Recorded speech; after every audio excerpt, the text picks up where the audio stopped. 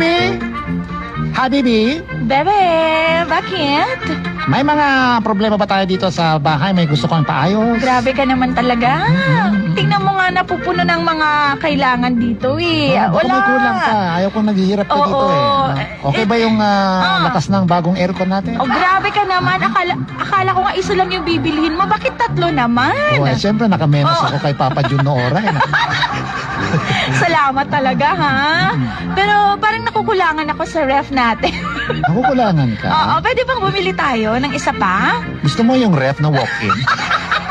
Ay, pwede yun. Oo. Kaya, Yung industrial talaga. Grabe ka naman talaga. Hindi ko alam yun, Yung pwede mong ipasok yung buong kalabaw, ganon. Yung elepante, ganon? Pwede pa.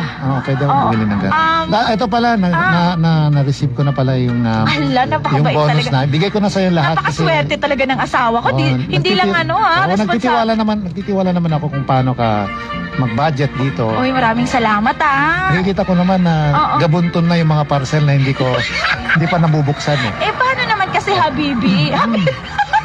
Oo, Habibi nga.